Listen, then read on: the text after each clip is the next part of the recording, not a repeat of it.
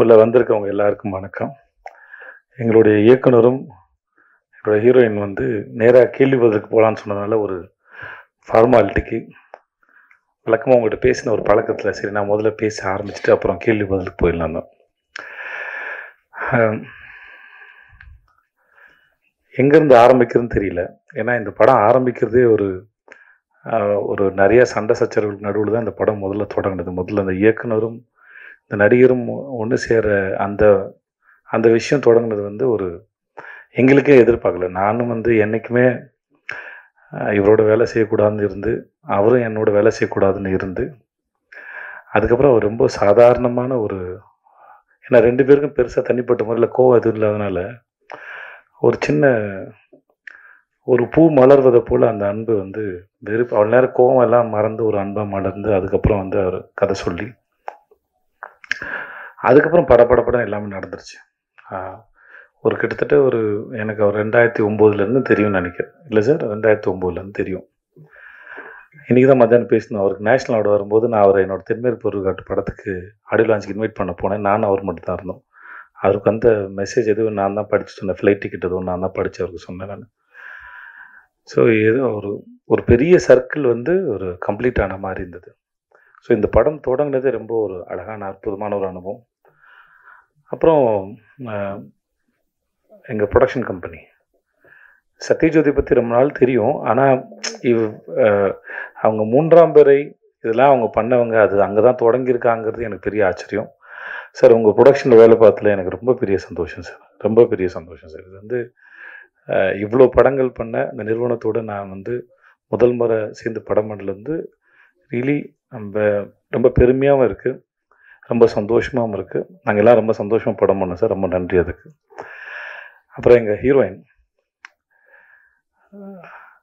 நித்யாவோட நான் 2019 வந்து 2020 வந்து 19 அப்படின்னு சொல்லிட்டு ஒரு மலையாள படம், அதில் ஒரு சின்ன கெஸ்ட் ரோல். ஆக்சுவலாக அது ஃபீமேல் சென்ட்ரிக் ஃபிலிம். அந்த டைரக்டர் வந்து அவங்க பேர் இந்து. ஸோ அவங்க நித்யா தான் நடிக்கிறாங்க, எனக்கு தெரியாது. ஆக்சுவலாக வந்து இந்துவோட கதை அது பிடிச்சி போய் அவங்களுக்காக பண்ணலான்னு சொல்லி போனது அது. அப்போ 2 பேரும் ஏதாவது ஒரு நல்லா இதெல்லாம் சேர்ந்து போய் ஒரு படம் ஒர்க் பண்ணுவோம் அப்படின்னு பேசிட்டு வந்தது. அதுக்கப்புறம் இப்படி நடக்கும் எதிர்பார்க்கல. ஏன்னா இந்த மாதிரியான ஒரு படம் நித்யாவோட ஒர்க் பண்ண ரொம்ப நாள் ஆசை இருந்துச்சு. ஆனால் இந்த மாதிரியான ஒரு படத்தில் அவங்களோட ஒர்க் பண்ணதா பெரிய சந்தோஷம். படம் பார்க்கும்போது அவங்க எல்லாருக்கும் தெரியும், இந்த கதாபாத்திரத்தில் நித்யாவை தவிர வேறு யாரையும் இமேஜினே பண்ண முடியாது. எனக்கு தெரிஞ்சிருக்கு அவங்க பண்ண எல்லா படத்துலையும் அதுதான் நினைக்கிறேன். நித்யா ஒரு படம் நடித்தாங்கன்னா அதுக்கப்புறம் அந்த இடத்துல வேற ஒருத்தர் வச்சு பார்க்கவே முடியாது.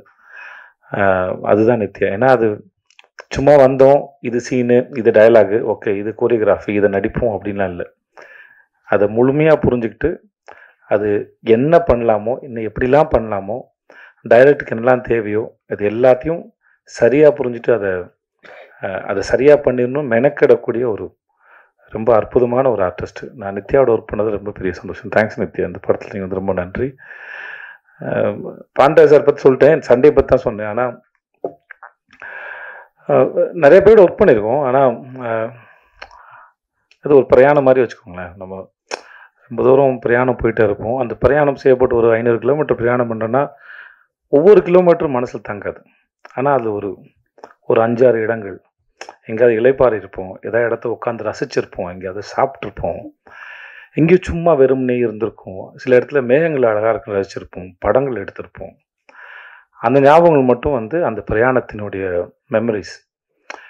அந்த மெமரிஸ் வந்து திரும்பி ஒரு முறை நினைக்கும் போது அந்த பிரயாணத்துக்கு போயிட்டு வரலான்னு தோண வைக்கும். அந்த மாதிரி நான் அவரோட வேலை பார்த்தது ரொம்ப அற்புதமான பிரயாணத்தில் இருக்கக்கூடிய ஞாபகங்களில் முக்கியமான ஞாபகம் வந்து இயக்குனர் திரு பாண்டியராஜ் அவருடைய எழுத்தில் இயக்கத்தில் வேலை பார்த்தது.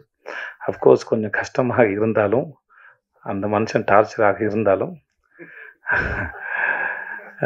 சில சமயம் இந்த சொல்லுவாங்கள்ல, இந்த இவரோட படத்துல ஒரு பசங்க படத்தில் வாங்க, யாராவது பையனை அடிக்கிறதுக்கு ஆள் கூட்டுப்போம்ல சார், ஒரு பையன் இல்லையா, அந்த மாதிரி ப்ரொடக்ஷன் கம்பெனி எங்களை அடிக்கிறதுக்கு ஆள் வச்ச மாதிரி இருந்த ஆள் தான் பாண்டராஜ். அவங்க 2 பேரையும் அந்த நித்யா மேனனி, விஜய் சேதுபதி வச்சு டார்ச்சர் பண்ணுங்க அப்படின்னு நினச்சா எப்படி இருக்குமோ அந்த மாதிரி தான். சும்மா சொல்கிறேன், ஆனால் நிஜமாவும் சொல்கிறேன். சும்மா மாதிரி நிஜமாக சொல்கிறேன், நிஜமாக மாதிரி சும்மா சொல்கிறேன். இது எப்படி சொல்கிறேன் நீங்கள் ஒன்று எடுத்துக்கோங்க. ஆனால் படன்னு இருக்கும். ஆனால் நின்று அதை ரசித்தோம்.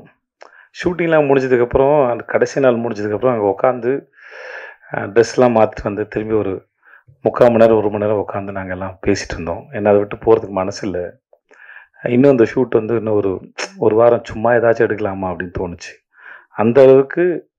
ஏன்னா அது ஒரு பெரிய குடும்பமாக இருந்தது. எல்லாருமே சரி, தீபாக்காவாக இருக்கட்டும், சரவணன் சாராக இருக்கட்டும், ரோஹனாக இருக்கட்டும், எங்கள் தங்கச்சி அறிஞர் ராகவதி, அவங்க பேர் என்ன சார், ரோஷினியாக இருக்கட்டும், குழந்தைங்களா இருக்கும், மகிழினி. ஆக்சுவலாக அந்த குழந்தை வந்து முதல்ல ஆண் குழந்தையா அந்த ஸ்கிரிப்டில்.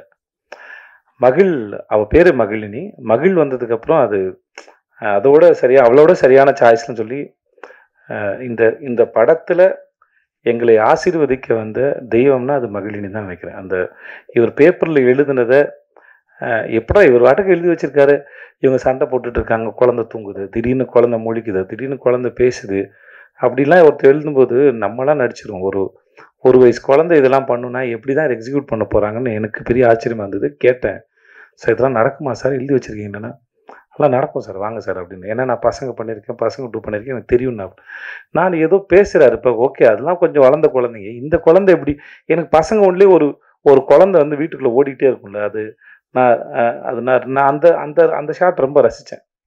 அந்த ஒரு குழந்தை வந்து அந்த கதையோ அந்த காட்சியோ வந்து ரொம்ப நிஜமானதாக உயிருள்ளதாக மாற்று. அந்த குழந்தை எதுலேயும் பார்ட்டிசிபேட் பண்ணாலும் பரவாயில்ல, அது சுற்றிக்கிட்டு இருக்கும்போதே வந்து அது ரொம்ப உயிருள்ளதாக மாறுது. அந்த மாதிரி மகிழ் அப்புறம் முத்துமணி மாலை 2 பேர் இருக்காங்க. முத்துமணி மாலை கூட கொஞ்சம் வளர்ந்த குழந்தை தான் அது. ஆனால் மகிழ் வந்து ரொம்ப குட்டி பாப்பா. ஆனால் இந்த கதையில் ஒரு டைரக்டர் என்னெல்லாம் எதிர்பார்த்தாதோ அது அத்தனையும் ரொம்ப அழகாக பண்ணால், ஒரு ஸ்டேஜில் எங்களை புரிஞ்சுக்கிட்டா, ஓகே இந்த ஷார்ட் எடுக்கிற நேரம் மட்டும்தான் இவங்க கூட இருக்கணும் இல்லையா, மற்ற நேரம் நான் எங்கள் அப்பா கூட இருந்துக்கலான்னு. பட் அந்த குழந்தை வந்து நித்யாவோடையும் தீபா கூட ரொம்ப பெட்டாக இருந்தது. என்னை பார்த்து கொஞ்சம் பயப்படும். பட் மகிழ் வந்து இந்த படத்துக்கு வந்து எங்களுக்கு வந்து எங்களையும் எங்கள் தயாரிப்பாளரையும் படம் பார்க்க போகிறவங்க எல்லாரையும் கண்டிப்பாக மகிழ்விக்கக்கூடிய அவள் வர சீன்லாம் வந்து உங்கள் எல்லாருக்கும் ரொம்ப பிடிக்கும். அது அவ்வளோ உயிரோட்டமாக இருக்குன்னு நம்புகிறேன். அப்புறம் எங்கள் தனித்தனியாக பாராட்டினா இல்லை சொல்லணும்னா, எங்கள் டீமில் வந்து அவ்வளோ பெரிய ஆக்டர்ஸ் இருக்காங்க. செம்மன் வினோத் சார், அப்புறம் அவங்க ஒய்ஃபாக நடித்தாங்க, அவங்க பேர் ஜானகி மாயோ. அவங்க இப்படி படத்தில் வந்துட்டு போகிற, இப்போ இன்ட்ரடியூஸ் பண்ண அந்த நாகப்பாம்பு வினோத் சாகர் எல்லாருமே சரி, படத்தில் இருந்த எல்லாருமே இந்த படத்தை ரொம்ப, யோகி பாபு சார் எல்லாருமே சரி, இந்த படத்தை ரொம்ப பிரமாதமாக பண்ணியிருக்காங்க அவங்க வேலையை. இது நாங்கள் டப்பிங் பார்க்கும்போது ரொம்ப ரசித்தோம். படம் ஷூட் பண்ணிட்டு இருக்கும்போது நிறைய பேர் வந்து சொன்னாங்க இது எங்களோட கதையை பார்க்குற மாதிரி இருந்தது. ஸோ படம் பார்க்குற உங்களுக்கும் அப்படி தான் இருக்கும் நாங்கள் நம்புகிறோம். ஸோ ஜூலை 25 ரிலீஸ் ஆகுது. முக்கியமாக சனா எதிர்பார்க்கல. நான் வந்து ஒரு ஆல்பமே வந்து இவ்வளோ சிறப்பாக பண்ணி தருவாருங்கிறது வழக்கமாக அவர் பண்ணுறது தான். பட் நம்ம படம்னு வரும்போதில் கொஞ்சம் எல்லாம் சரியாக அமைஞ்சுன்னு ஒரு பயம் இருக்கும். பட் சன்னா வந்து இந்த படத்தை வந்து ரொம்ப பதமாக பண்ணி கொடுத்தாரு. கேமராமேன் சுகுமார், ஆர்ட் டைரக்டர் வீரசம்மர், முக்கியம் ஃபைட் மாஸ்டர் கலை. எனக்கு அந்த பையனை வந்து 2019 தெரியும். எல்லா ஃபைட்டையும் சூப்பராக பண்ணி கொடுத்தாங்க கலை. அப்புறம் பாபா பாஸ்கர். ஸோ இது ஒரு ஃபுல் பேக்ட் என்டர்டெய்னர். படம் பார்க்கும்போது கண்டிப்பாக எல்லோரும் ரொம்ப என்ஜாய் பண்ணுவீங்க அப்படின்னு நாங்கள் முழுமையாக நம்புகிறோம். ஜூலை 25 ரிலீஸ் ஆகுது. தியேட்டருக்கு வந்து பாருங்கள். ரொம்ப நன்றி. Thanks so much.